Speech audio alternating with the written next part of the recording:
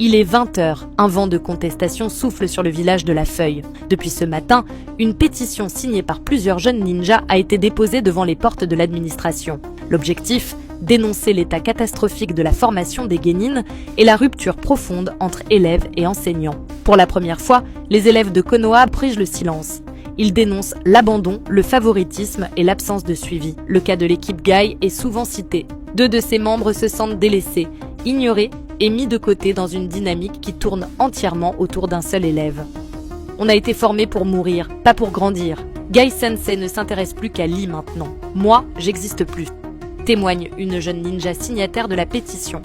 Kakashi Hatake est lui aussi lourdement mis en cause. Au-delà du favoritisme envers Sasuke Uchiha, certains rappellent un épisode troublant. L'affaire des 1000 ans de souffrance, une technique humiliante infligée à Naruto. Vécu comme un véritable traumatisme. Ce sentiment d'abandon s'est renforcé avec le temps.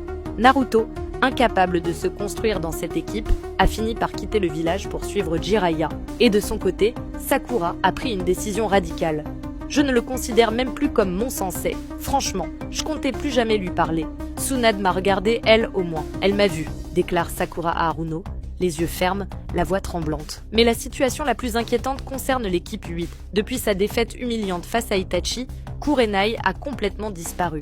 Plus de nouvelles, rien. Kurenai Sensei, elle nous a abandonnés. On se débrouille seul maintenant. On est là, sans repère, sans entraînement. C'est ça l'avenir du village, explique Kiba du clan Inuzuka à la voix serrée. Le malaise est profond.